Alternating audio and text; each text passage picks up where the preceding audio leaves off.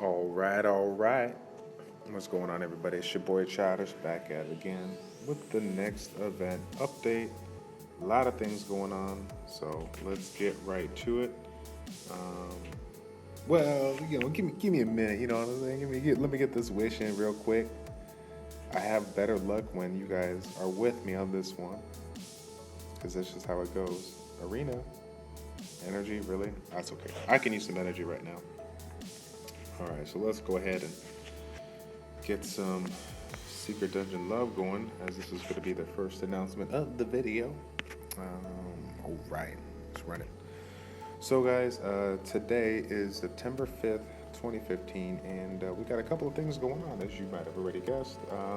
Two big things right now: the 3-day dungeon for the Werewolf, in addition to the Rune removal day. So we're going to get right into the Secret Dungeon first. This is it's funny. We'll see who's old school here. For the people that are real old school, to remember that this was already a secret dungeon that was offered. I'm gonna say about 10 to 11 months ago, and so this kind of brings memory back, because I remember being able to farm this one to the point where I can get, over a weekend I can get about 13 fodder, and I went back and forth to myself like, hey, should I should I just use this for fodder to make my next 5-star or whatever like that, or should I, max the werewolf out or whatnot? And back in the day, people were like, don't worry about the werewolf, they're not too good. And of course, they got the revamp now, so it's definitely well worth your time and effort to get it. So again, I'm a big fan of secret dungeons that are wind and water based, but primarily water, because for the people that have been fortunate enough to pick up a couple of Lucians in addition to, other units that can clear wind and water units fast. This is one of those secret dungeon weekends that you can really grind out a very, very high amount of units. And why is this important? Not just for the fact of, being able to get the fodder and the money and whatnot, but because that it's the fodder for this particular unit, the skill ups that could be utilized to get in the future, possibly Jewel Time or Ashir, the light and dark werewolf, is going to be pretty darn big. Those particular units really don't shine until they're maxed out, and I think that can go for most units, right? Most units, out there in the game today, while they do essentially well, when you get the unit maxed out in skill, there's a nice little gap in between, what their current potential is and their future potential is. So definitely take advantage of this, guys. Even if you can't clear stage 10 all the way. Maybe you're sitting at like that stage 7, stage 9. Do what you can do to get the fodder. If you don't need the fodder right away, don't use it. I encourage you to save it. If you guys remember, back in March, we had that light sylph HOH, and that was one of those where I intentionally just farmed the fodder, not because I had a unit to put it in, but because I knew that Tyron was Jesus, and if I ever got Tyron, I would go ahead and, I wanted to max skill him out, which is what I did. I made the mistake of not doing the same with a light pirate. I only farmed one. I had a little bit of laziness. I had a little bit of stubbornness. I just didn't want to farm at that time. Just didn't feel like farming a grip of them for a unit that I may not get, because my last time around, it took 3 or 4 months after I did the March, the March HOH, that I, finally got Tyron. So I'm like, man, I don't want to wait another 4 months. And I just figured I had that bad luck. But, after considering, how I use Tyron and the benefits of having a unit that is max skill, to me, it's well worth the wait. And all we got is time, guys. It's not like we're going anywhere anytime soon. So learn from my mistakes. Take advantage of the secret dungeons when you can, if you can, and, get this fodder. All right? Boom.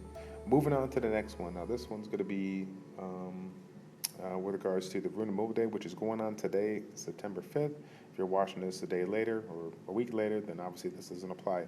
But this was an interesting scenario. For those that are in my guild, they already heard me do a little rage in our chat. I don't want to say rage, it's like a little rant. But basically, we had one of our members that it was, and mind you, this is, the time difference is a little bit different, right? So I woke up in the morning, at 4:30 in the morning, getting ready for work. I'm heading to work, and I took a look at one of my members, and they were like, hey, I was able to do X amount of damage on a unit that I'm strong against with low defense, all right, I'm done. I got it taken care of. And while he might be done, he just reminded me of many of you that have been watching that had, utilized your removal day to focus on one unit, and getting them better.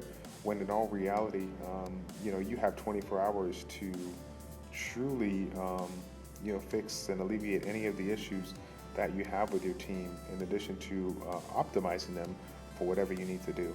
And the reason why I say that is because a lot of us today are so quick to, hop on quick and spend, 1 or 2 hours to get the job done, when in all reality, as I've always said, if you've been watching my channel for the longest time, you know exactly what I'm going to say. This is not rune removal day. This is rune testing day. I intentionally do not farm. I do not farm the arena regularly, or I do not do the. I'll do my guild wars and whatnot, but I generally don't spend a lot of energy, farming whatever. I'll burn the energy, but I won't utilize my wings. I won't burn through my wings, if that makes sense. And the reason being is I want to have, my focus is optimizing, arena defense, guild war offense, guild war defense, arena offense, and I want, all the opportunities to go ahead and test it out. While we can, test out our damage or whatnot in the PvE setting with a little bit of energy, it's still not the same as testing it out versus units that, are runed up and synchronized or whatnot. So I encourage all of you guys to, really take the time to play around with it.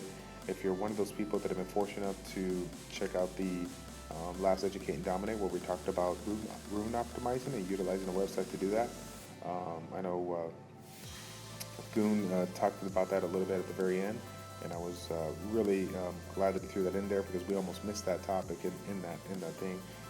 That definitely will help you out and save you a lot of time. But if you're old school like me and just get that pen and paper out and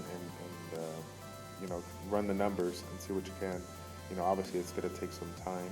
And with 24 hours, that's all we got, right? We got quite a bit of time, a lot of time to get it done, make it happen. So I encourage you guys to really look in there, take a look at some of these 4 or 5 star fodder that you have sitting there max.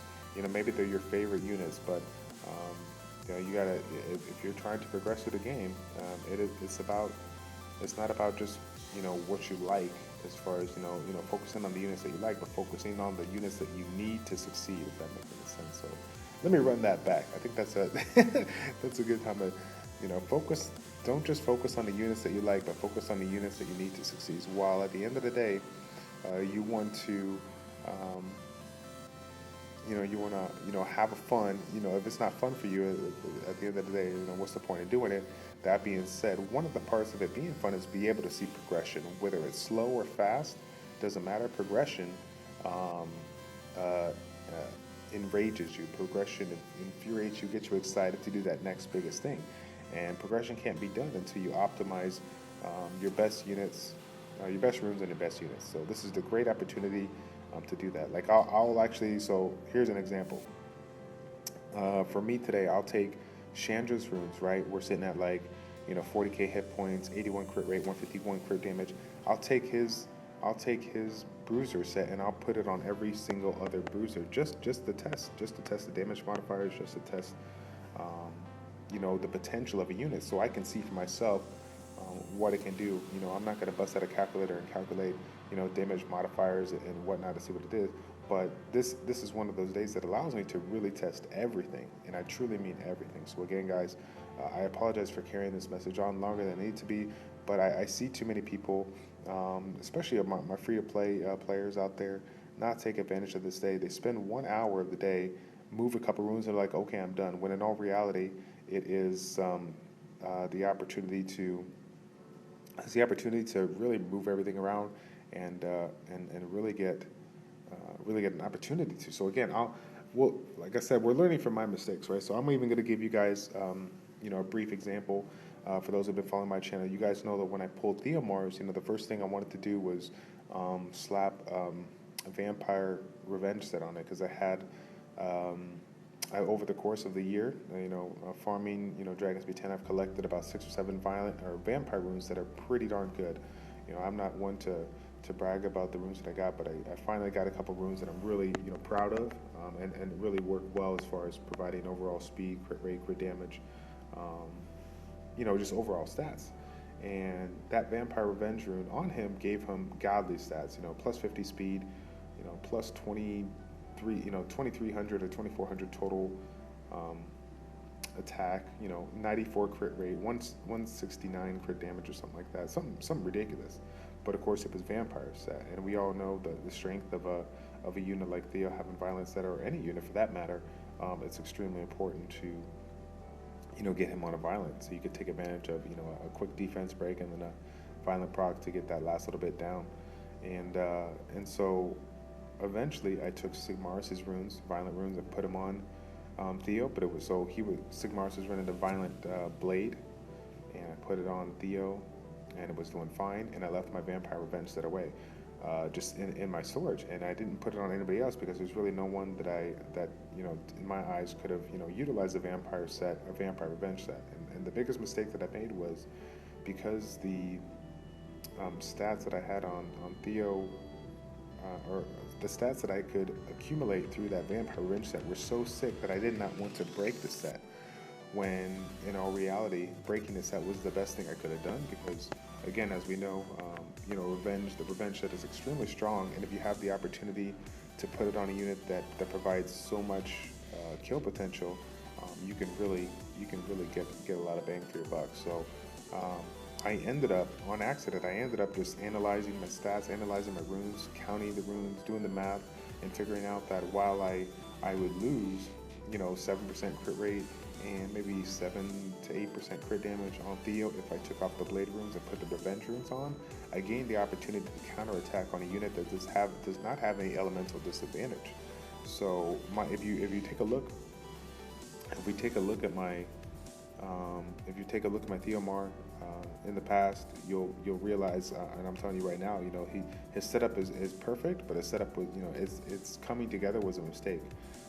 It shouldn't have happened, right? It was one of those things where I completely wouldn't have done it if I didn't really take the time and energy to really look at my runes and see what I can come out with and take advantage of. He has that crit rate leader skill, so it's definitely helps out with the loss of the crit rate. But at the end of the day, his stats were too good to pass up for what I needed him for. So, and it was perfect. It allowed me to synergize.